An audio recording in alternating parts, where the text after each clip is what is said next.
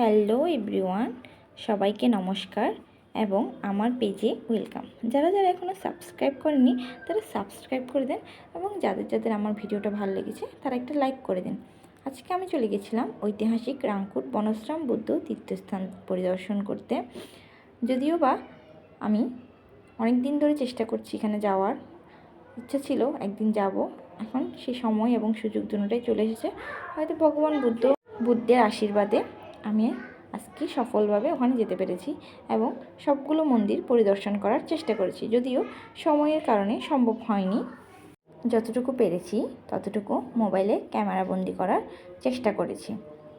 আজকে আমরা সপরিবারেই গেছিলাম তীর্থস্থান প্রদর্শন করতে। মন্দিরে গেলেই মনে একটা প্রশান্তি চলে আসে, একটা ভালো লাগা কাজ করে। মন্দির মানেই শান্তির জায়গা।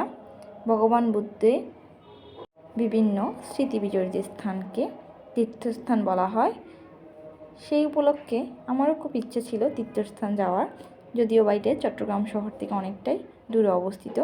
তাও ইচ্ছে ছিল একদিন যাব এবং যেতে পেরে আমি সত্যিই অনেক খুশি।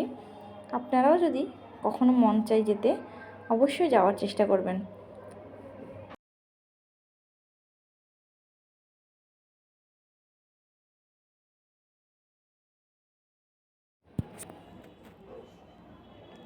সবটুকু ক্যামেরা বন্দি করার চেষ্টা করলেও পুরোপুরি সবটুকু ক্যামেরায় বন্দি করতে পারিনি। ক্যামেরায় এই জন্যই বন্দি করছি, যা স্মৃতি হিসাবে এক সময় আমার কাছে থেকে যাবে। কিন্তু মন্দির বুদ্ধভীম বইটা ভিতরে যাওয়া তো নিষেধ, তাই দেখাতে পারছি না। আর এবার চলুন বাকি জায়গাগুলো দেখায়। ক্যামেরায় এই জন্য বন্দি করলাম যাতে এটি এক সময় আমার কাছে স্মৃতি হিসেবে থেকে যায়। আর কখনো যেতে পারবো কিনা জানি না, তবে ভগবান বুদ্ধ চাইলে আমি আবার যাব। যেহেতু এটা চট্টগ্রাম শহর থেকে অনেকটাই দূরে, যাওয়াটা যদিও বা কঠিন, তাও আমি চেষ্টা করব আরও একবার যাওয়ার জন্য। এটা হচ্ছে বুদ্ধিবৃক্ষ গাছা, যেটার চারিদিকে প্রদক্ষিণ করে এটাকে বন্দনা করতে হয়।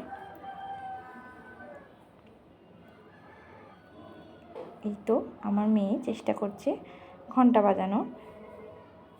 এবার আমরা চলে যাচ্ছি ঐতিহাসিক রাংকুট ঝুলন্ত ব্রিজটা দেখতে। ব্রিজটার ওপাশটা দেখতেই অনেকটাই সুন্দর। শুনেছি ওদিকে নাকি একটা বুদ্ধ মূর্তি আছে, যা এখনও পুরোপুরি বানানো শেষ হয়নি। চলুন আপনাদেরকে দেখাই। যাওয়া যাক, চলুন দেখে আসি মিরাক্কেল গার্ডেনে কী কী রয়েছে।